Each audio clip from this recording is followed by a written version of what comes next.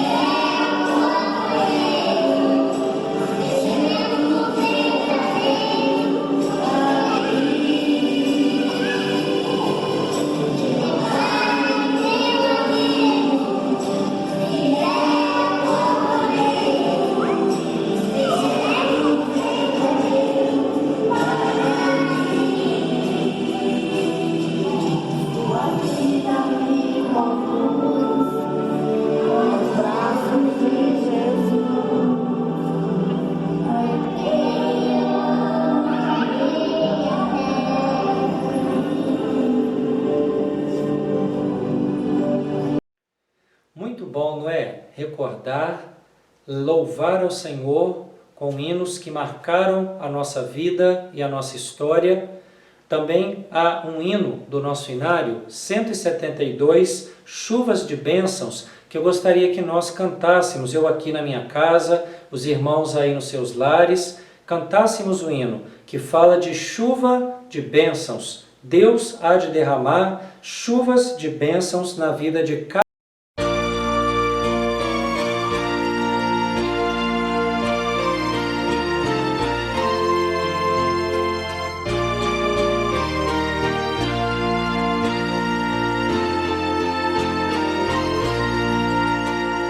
chuvas e bênçãos teremos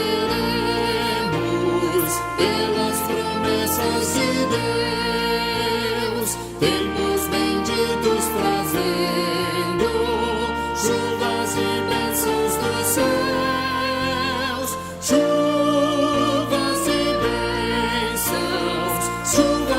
bênçãos dos céus, tantas nós já recebemos, outras rogamos a Deus. Chuvas e bênçãos teremos, e do Senhor nos virão os pecadores indignos, graças dos céus obterão. Chuvas e bênçãos dos céus, tantas nós já recebemos, outras rogamos a Deus. Chuvas e bênçãos teremos, manda-nos, pois, ó Senhor, dá-nos o gozo dos frutos dos teus ensinos de amor. Chuvas e bênçãos dos céus, tantas nós já recebemos, outras rogamos a Deus.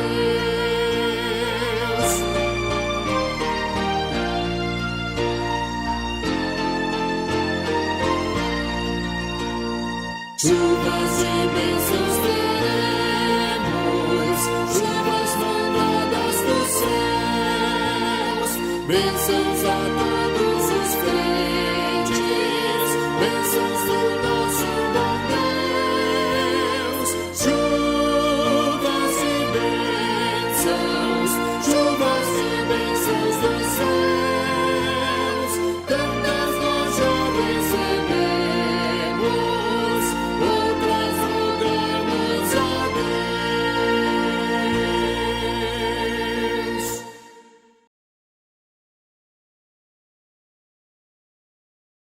E eu convidei para realizá-la o nosso irmão evangelista Elias, que está nos apoiando, nos ajudando, junto ao trabalho do ponto de pregação do quilômetro 100. Ele vai trazer a palavra do Senhor neste momento. Meus irmãos, graça e paz, que o Senhor continue nos abençoando a cada dia. E nós temos mais uma vez o privilégio de estar nos vendo hoje via internet, né? E Deus está nos providenciando, está nos concedendo essa alegria de podermos nos ver mesmo à distância pelo momento que estamos passando, mas Ele continua falando conosco e cremos que Ele tem para nós hoje também, mais uma vez, palavras para o nosso coração. Então nós vamos ler neste momento. Eu convido você que tem a oportunidade aí na sua casa de abrir a sua Bíblia, que abra comigo no livro do profeta Jonas. No livro do profeta Jonas nós vamos ler no capítulo 1 até o versículo 17. É uma leitura pequena, são apenas 17 versículos, e a gente vai ler pausadamente. E você que tem a oportunidade nos acompanhe. Você que não tem a Bíblia, você também preste atenção na leitura que você vai entender. A Bíblia nos diz assim: Jonas, capítulo 1, a partir do 1º versículo. Veio a palavra do Senhor a Jonas, filho de Amitai, dizendo: Dispõe-te, vai à grande cidade de Nínive, e clama contra ela, porque a sua malícia chegou até mim. Jonas se dispôs, mas para fugir da presença do Senhor para Tarsis, e, tendo descido a Jope, achou um navio que ia para Tarsis. Pagou, pois, a sua passagem e embarcou nele, para ir com eles para Tarsis, para longe da presença do Senhor. Mas o Senhor lançou sobre o mar um forte vento, e fez-se no mar uma grande tempestade, e o navio estava a ponto de se despedaçar. Então os marinheiros, cheios de medo, clamavam cada um ao seu Deus, e clamavam ao mar, e lançavam ao mar a carga que estava no navio, para o aliviarem do seu peso. Jonas, porém, havia descido ao porão, e se deitado, e dormia profundamente. Chegou-se a ele o mestre do navio, e lhe disse: Que se passa contigo, agarrado ao sono? Levanta-te e invoca o teu Deus. Talvez assim esse Deus se lembre de nós, para que não pereçamos. E diziam uns para os outros: Vinde e lancemos sortes, para que saibamos por causa de quem nos sobreveio este mal. E lançaram sortes, e a sorte caiu sobre Jonas. Então lhe disseram: Declara-nos agora por causa de quem nos sobreveio este mal. Que ocupação é a tua? De onde vens? Qual a tua terra? E de que povo és tu? E ele lhes respondeu: Sou hebreu e temo ao Senhor, o Deus do céu, que fez o mar e a terra. Então os homens ficaram possuídos de grande temor e lhe disseram: Que é isto que fizeste? Pois sabiam os homens que ele fugia da presença do Senhor, porque ele o havia declarado. Disseram-lhe: Que faremos para que o mar se acalme? Porque o mar se ia tornando cada vez mais tempestuoso. Respondeu-lhes: Tomai-me e lançai-me ao mar, e o mar se aquietará, porque eu sei que por minha causa vos sobreveio esta grande tempestade. Entretanto os homens remavam, esforçando-se por alcançar a terra, mas não podiam, porquanto o mar se ia tornando cada vez mais tempestuoso contra eles. Então clamaram ao Senhor e disseram: Ah, Senhor, rogamos-te que não pereçamos por causa da vida deste homem, e não faças cair sobre nós este sangue, quanto a nós inocente, porque tu, Senhor, fizeste como te aprouve. E levantaram Jonas e o lançaram ao mar, e cessou o mar a sua fúria. Temeram, pois, estes homens em extremo ao Senhor, e ofereceram sacrifícios ao Senhor e fizeram votos. Preparou o Senhor um grande peixe para que tragasse a Jonas, e esteve Jonas 3 dias e 3 noites no ventre do peixe. Até aqui, meus irmãos. Meus irmãos, nós estamos vivendo dias de crise, dias de angústia, dias de desesperança para muitas pessoas. A gente vê coisas acontecendo, vê pessoas falando coisas que não tem certeza do que é, o que realmente está acontecendo, à beira da desesperança. Mas nós temos, da parte de Deus, palavras para nos trazer conforto, palavras de alegria e palavras de despertamento. E eu creio que essa palavra de hoje é para despertar o nosso coração para algo que Deus quer falar e talvez nós não estejamos atentos ao que Ele tem proposto para nós. Mas essa leitura que nós fizemos no livro do profeta Jonas, ela nos traz algumas reflexões muito importantes. Foi um fato acontecido há tanto tempo, mas é muito prático para a nossa atualidade os seus efeitos na nossa vida. E é interessante a gente perceber que, ou relembrar, que muitas vezes uma leitura rasa vai nos levar àquela tradicional interpretação de Jonas, um profeta fujão. Foi um apelido que ele acabou levando por algumas pessoas que assim falam até às vezes em tom de brincadeira. Mas uma leitura mais atenta ao relato bíblico vai nos levar a uma seriedade muito maior da coisa do que está sendo relatado aqui neste texto bíblico. A gente vai observar, buscando os detalhes e refletindo sobre o contexto histórico que ele estava passando, a situação dele, para entender que na verdade ali ele não é um simples fato de alguém que não queria cumprir a vontade do Senhor. A situação é muito mais profunda, muito mais além do que uma leitura rasa pode nos mostrar.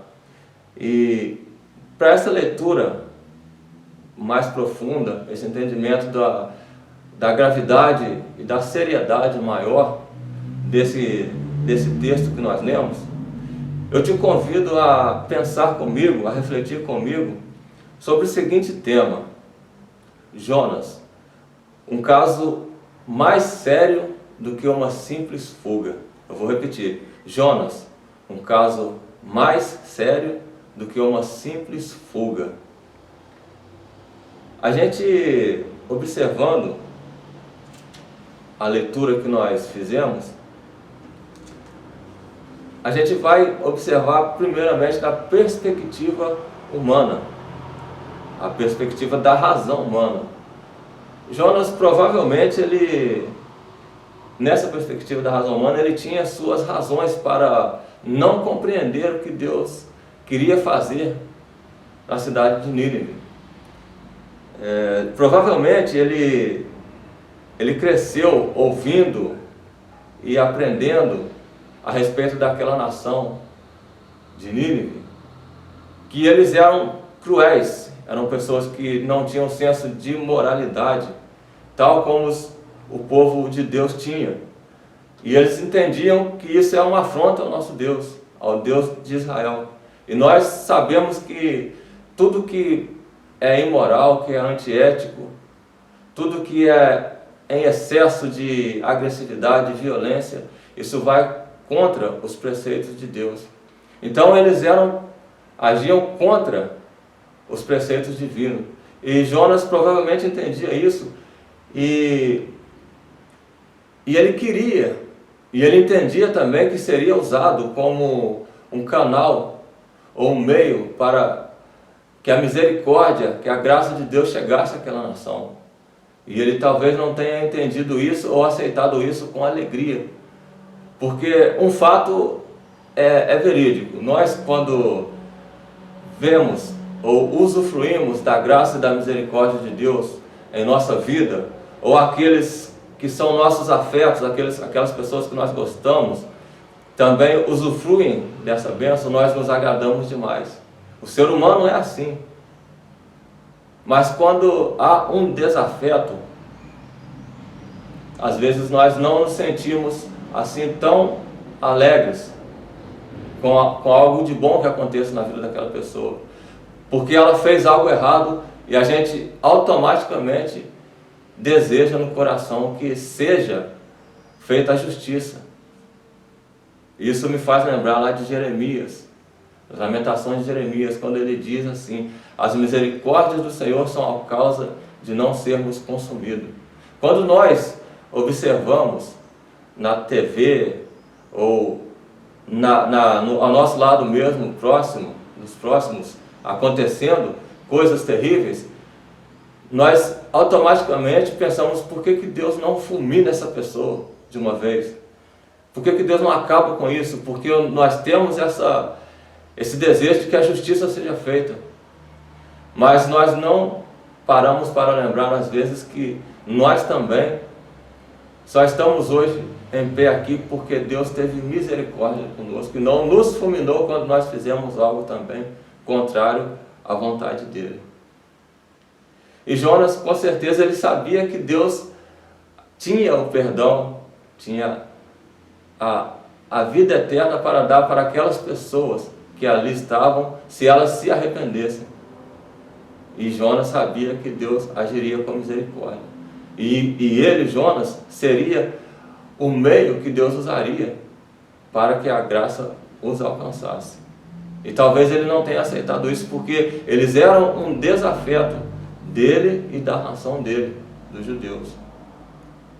Então nós vemos que o homem, ele busca essa justiça na prática, mesmo ele sendo talvez alguém que merecesse receber essa justiça também.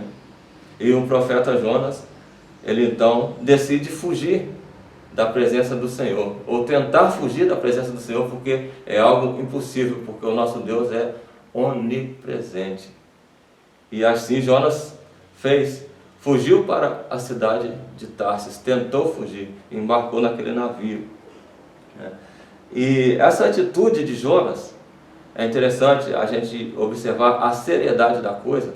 Ela não tratou-se só de uma simples fuga, ou uma simples falta de vontade, de boa vontade de um servo para com o Senhor. Por inferência, nós podemos observar na atitude de Jonas o desejo de manipular a vontade de Deus. O desejo de manipular a vontade de Deus, quando nós observamos que ele queria que Deus não perdoasse, não agisse com graça e misericórdia para com aquela nação, aquela geração dos ninivitas. Mas Deus, ele não se submete à vontade do homem. Ele providenciou para que todas as coisas acontecessem conforme a vontade dele mesmo, porque ele é Deus, Senhor e soberano. E a vontade dele se cumpre, quer nós queiramos, quer nós não queiramos. Nós é quem somos submissos a esse Deus Todo-Poderoso. E outra questão que eu gostaria de pensar, refletir com você, dessa seriedade também, da atitude de Jonas, a gente pode observar aqui no versículo 4, eu vou reler para vocês: mas o Senhor lançou sobre o mar um forte vento, e fez no mar uma grande tempestade, e o navio estava a ponto de se despedaçar. Aqui eu gostaria de refletir com você sobre a tempestade de Deus, a tempestade que vem sobre nós pela parte de Deus. A Bíblia fala que Deus não pode ser tentado e não tenta ninguém, mas Ele nos prova. E Ele providencia meios que para nós talvez sejam ruins, mas para Ele não. Para Ele é algo que vai concluir os planos dEle de forma infalível, na perfeição dos decretos dEle. E é interessante esse versículo falando que a tempestade veio por parte de Deus e o navio estava a ponto de se despedaçar. A gente observa que mesmo em toda aquela situação, Jonas estava tranquilo, estava dormindo, estava tentando se esconder da sua responsabilidade.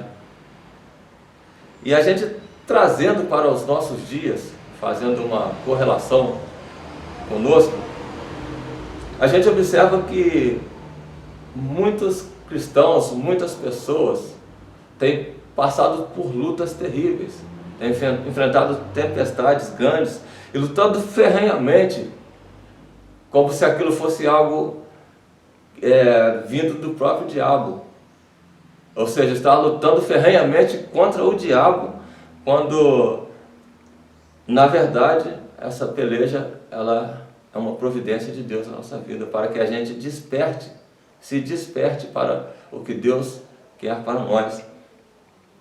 E isso acontece porque muitas vezes nós nos desviamos da posição que Deus nos coloca, e isso causa um prejuízo muito grande.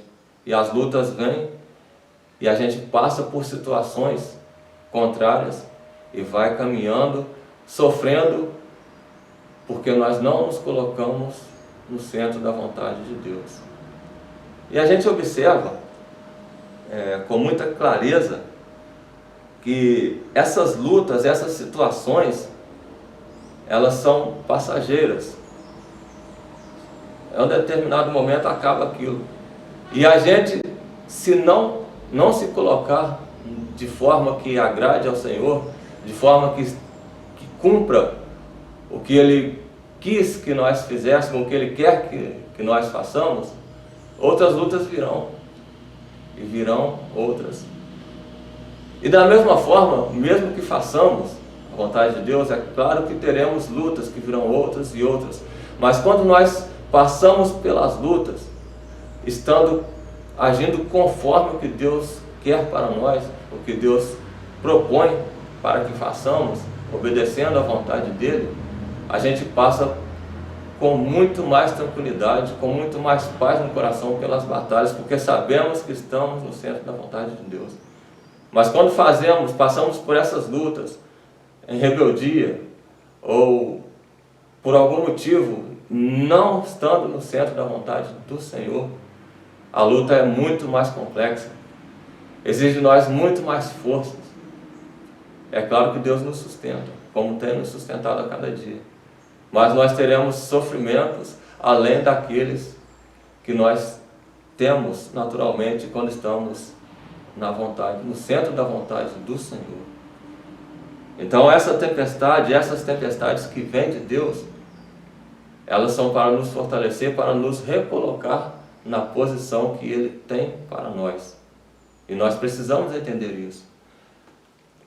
E é interessante que o texto continua falando que o barco estava a ponto de se partir por conta das tempestades. E aqui eu volto à questão do profeta se manter deitado em meio a toda aquela tribulação, toda aquela situação. Enquanto o profeta Jonas permanecia ali deitado, os marinheiros estavam apavorados, estavam em pânico. Eles estavam à beira do desespero. E a gente faz mais uma vez uma correlação desse texto com os nossos dias hoje. Estamos passando um tempo de crise e as pessoas estão desesperadas. Muitas pessoas com medo de perder a vida, com medo de perderem as suas finanças e a saúde. Então as pessoas ficam preocupadas, máscara no rosto, e a gente vai vendo as coisas acontecendo e as pessoas comentando sem saber exatamente o que está acontecendo. Muitas pessoas não têm nem noção da real gravidade da coisa, até onde vai a verdade da situação. Mas nós sabemos que o nosso Deus nos orienta.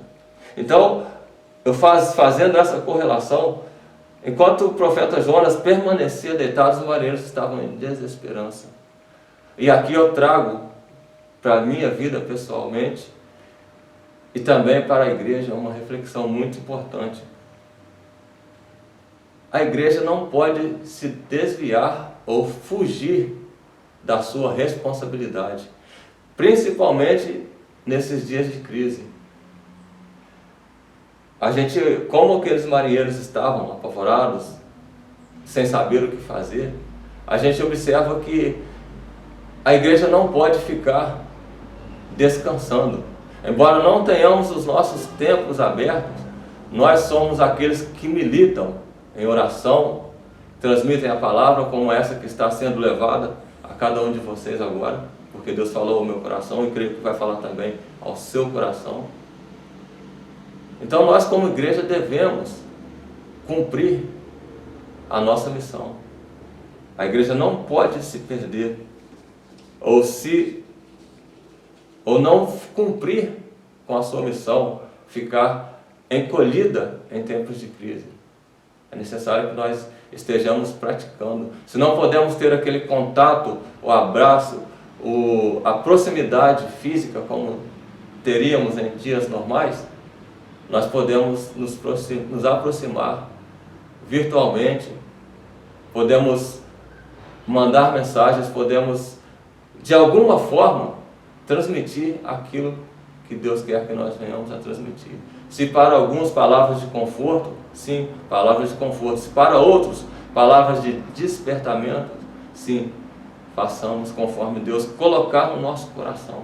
E jamais fugir, jamais nos aquietarmos, nos escondermos dentro das nossas casas e deixarmos a coisa acontecer para vermos do que vai dar.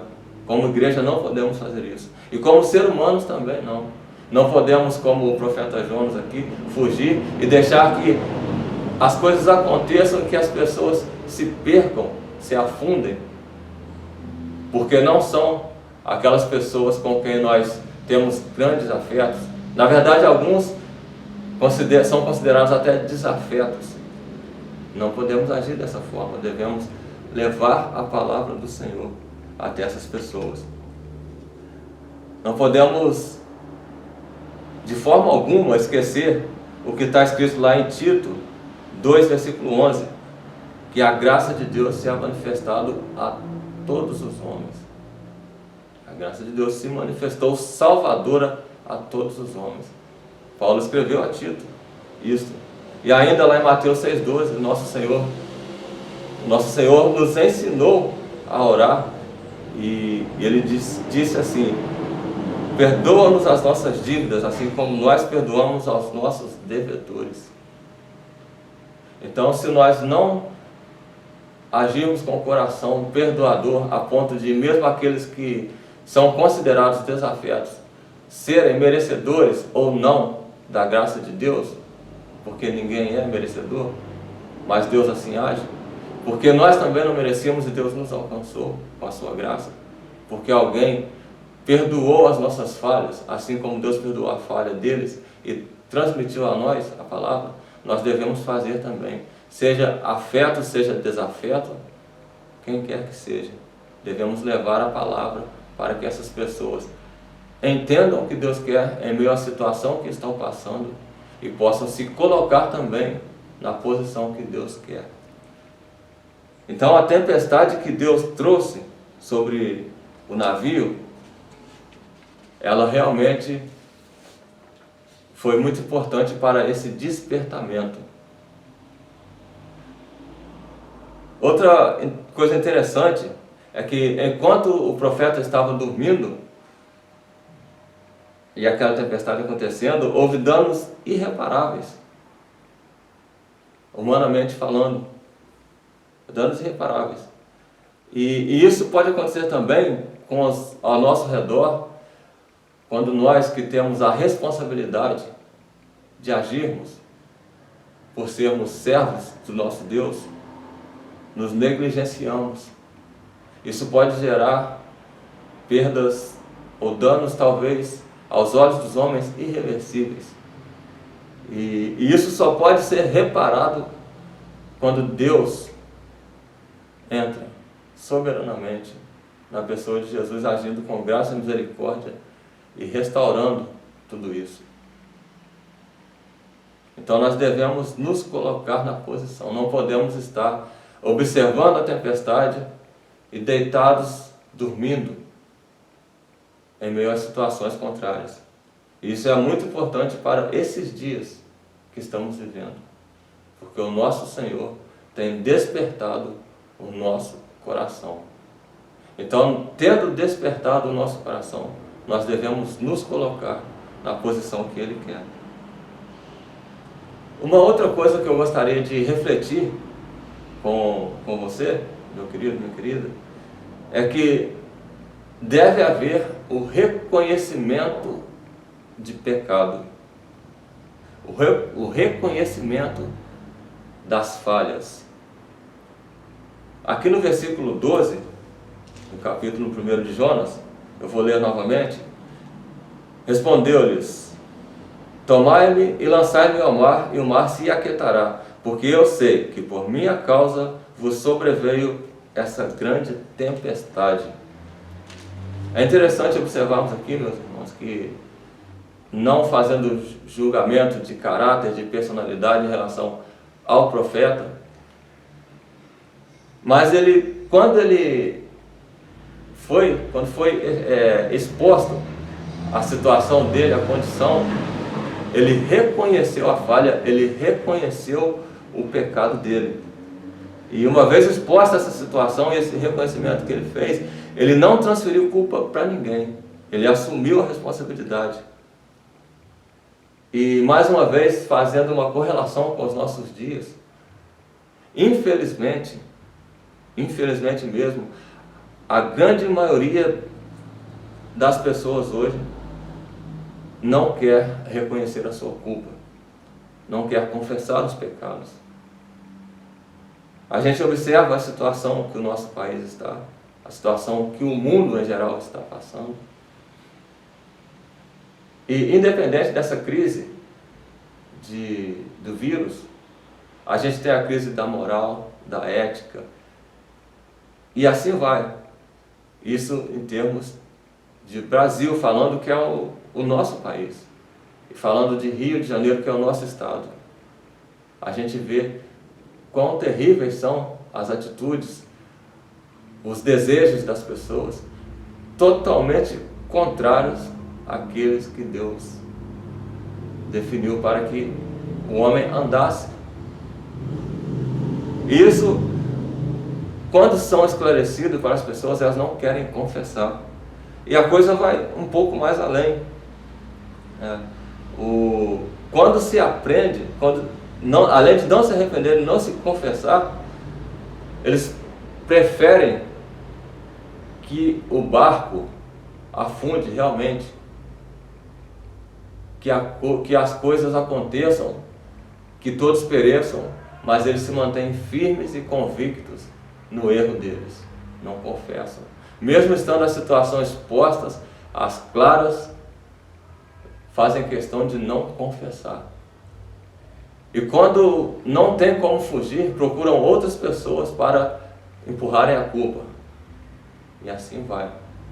Não confessam, não se arrependem. E isso gera consequências terríveis. E para a glória de Deus, Jonas, ele confessou e assumiu a responsabilidade. Isso vale para nós também, irmãos. Se nós temos alguma falha que deve ser confessada, venhamos a confessar ao nosso Deus. Que o profeta Jonas, ele agiu assim. E a Bíblia diz, João, ele diz que se nós confessarmos o nosso pecado, ele é fiel e justo para nos perdoar os pecados. Mas confessarmos a quem? A Deus, que é o único que pode perdoar pecados. Então, abrindo o nosso coração e nos entregando a Ele.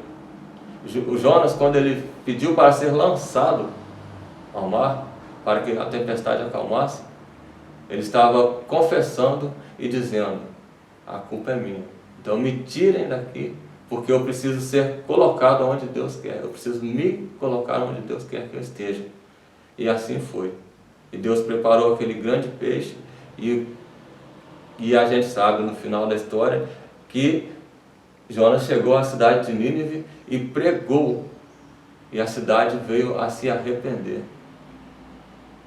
E Deus cumpriu o que ele tinha. E depois que a cidade se arrependeu, aquela geração se arrependeu, é claro que depois veio outra geração perversa, e a cidade realmente foi destruída, a cidade de Nínive, mas aquela geração se converteu, se arrependeu, confessou os seus pecados, e Deus perdoou-os. E no decorrer da leitura do livro de Jonas, mais para frente, você que tiver em casa a sua Bíblia, faça essa leitura com mais calma, com mais atenção. Você vai ver que Deus perdoou a cidade e Deus restaurou o coração de Jonas. Deus tratou Jonas. Então eu concluo aqui, meu querido, com essas palavras, que uma vez que nós compreendemos os motivos da fuga de Jonas, que foi muito sério, foi algo muito sério, que não se limita a apenas uma negligência simples ou uma falta de boa vontade em obedecer ao Senhor, vai muito mais além, vai a uma tentativa de manipulação da vontade de Deus, vai a uma tentativa de querer fazer juízo quando nós não somos juízes. Deus é o juiz, é Deus quem julga.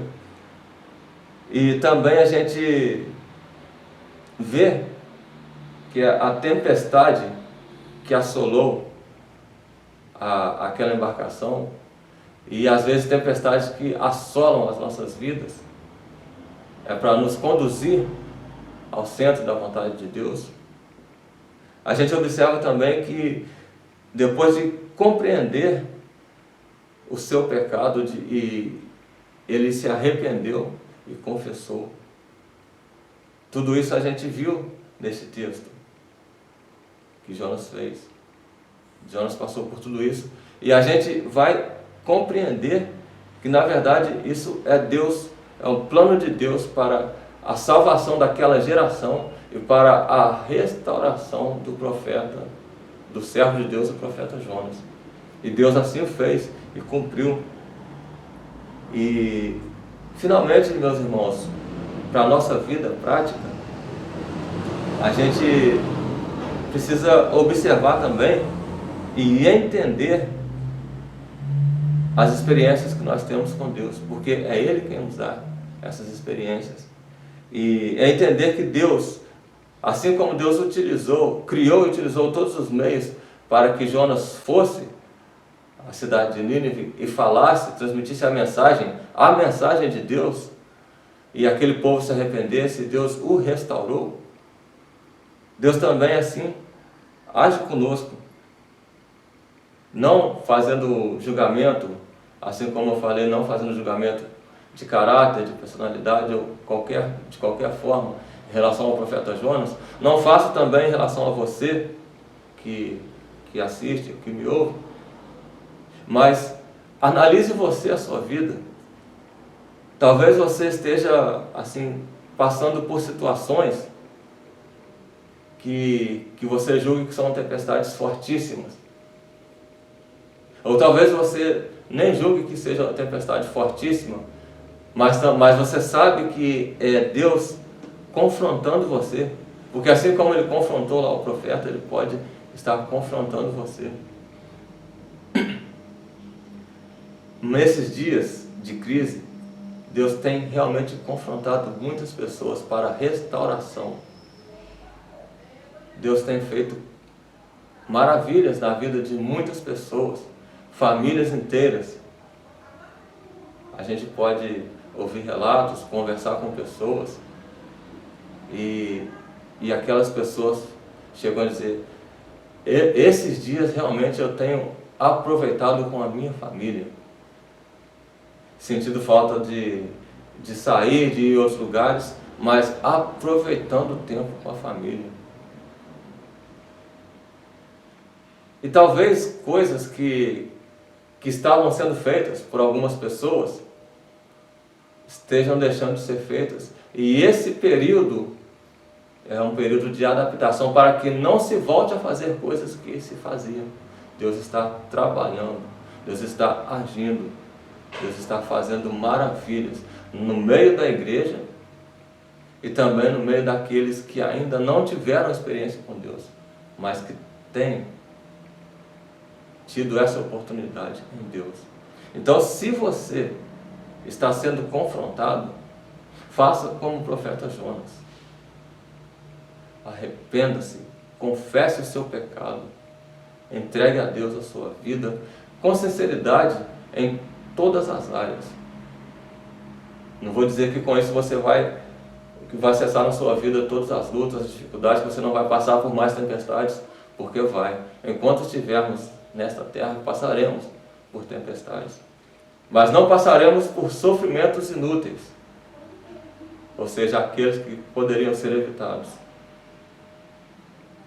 Então entenda isso e atenda à vontade de Deus, atenda ao que Ele tem proposto para a sua vida. Você que já é um servo do Senhor, se aplique mais, se aprume, se alinhe, submeta a sua vontade à vontade de Deus, que é perfeita e agradável e é boa para nós.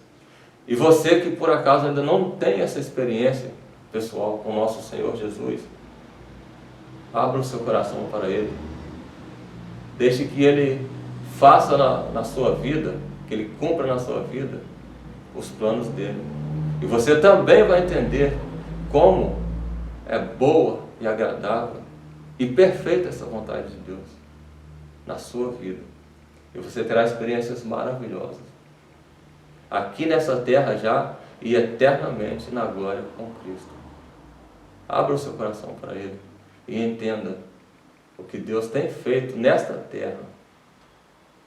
Aceite o sacrifício de Jesus para a remissão de pecados e o Espírito Santo de Deus vai aplicar no seu coração as coisas que Deus quer que você faça.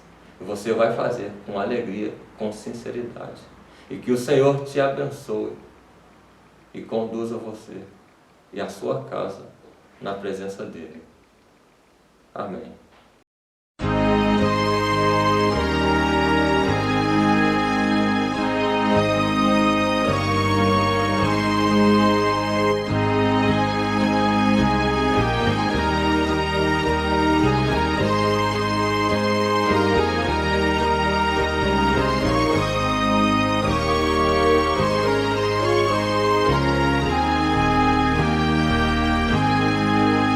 De novo a combater, por ti, Jesus, chamados, fiéis e bons soldados, agora eis-nos aqui, unidos no dever de pelejar por ti. As armas, pois, e com valor, fiéis soldados do Senhor, fiéis soldados do Senhor. As armas, pois, e com valor, encher-nos bem de amor, de fé e de ousadia, poder, sabedoria, valor, resolução, que andemos, ó Senhor, em fraternal união. As armas, pois, e com valor, fiéis soldados do Senhor, fiéis soldados do Senhor. As armas, pois, e com valor, da cruz do Salvador, ergamos o estandarte, aqui em toda parte, lutemos pela cruz, oremos com fervor, sirvamos a Jesus. As armas, pois, e com valor, fiéis soldados do Senhor, fiéis soldados do Senhor. As armas, pois, e com valor.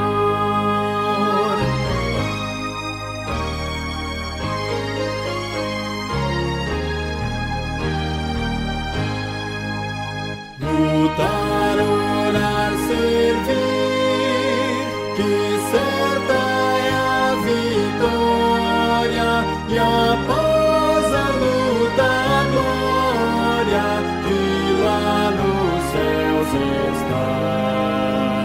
Lutar, orar, servir, e com Jesus reinar. As armas, pois, e com valor, fiéis soldados do Senhor, fiéis soldados do Senhor. As armas, pois, e com valor. Irmãos, que cada um de nós ouça o desafio de permanecermos firmes na presença de Deus, não fugirmos como fez Jonas, mas estarmos convictos do nosso chamado e da capacidade que Deus concede para que permaneçamos nos caminhos dele. Vamos orar para que assim encerremos o nosso culto e depois recebamos a bênção apostólica. Senhor, mais uma vez na Tua presença, peço que o Senhor fale ao nosso coração, continue a aplicar a mensagem da Tua palavra na vida de cada um de nós. Obrigado pelo Teu servo, evangelista Elias, obrigado pela sua família, continue a sustentar esta família que trabalha na Tua obra, que é bênção na Tua casa, bênção no ponto de pregação do quilômetro 100, que o Senhor esteja sustentando e abençoando esta família, abençoando também a cada família da nossa igreja, que todas sejam encontradas fiéis e que a Tua palavra reine abundantemente no coração de cada irmão e de cada irmã. Fica conosco, nos abençoe, sustente aqueles que estão nos ouvindo, que a Tua palavra fale ao nosso coração a cada dia. É a oração que te faço em Cristo Jesus, hoje e sempre. Amém. Irmãos, que a graça de Deus Pai, o amor de Jesus Cristo e as consolações do Deus Espírito Santo esteja sobre nós e sobre todo o povo de Deus, espalhado sobre toda a face da terra, hoje e pelos séculos dos séculos. Amém. Deus te abençoe, abençoe a cada família. Em breve, culto normal. As notícias vão chegando e a gente vai se alegrando com a flexibilização para a volta dos cultos, bem breve, se Deus quiser. Deus te abençoe, meu irmão, Deus te abençoe, minha irmã, sustente a cada familiar da nossa igreja e de todos aqueles que estão nos ouvindo, hoje e sempre. Amém.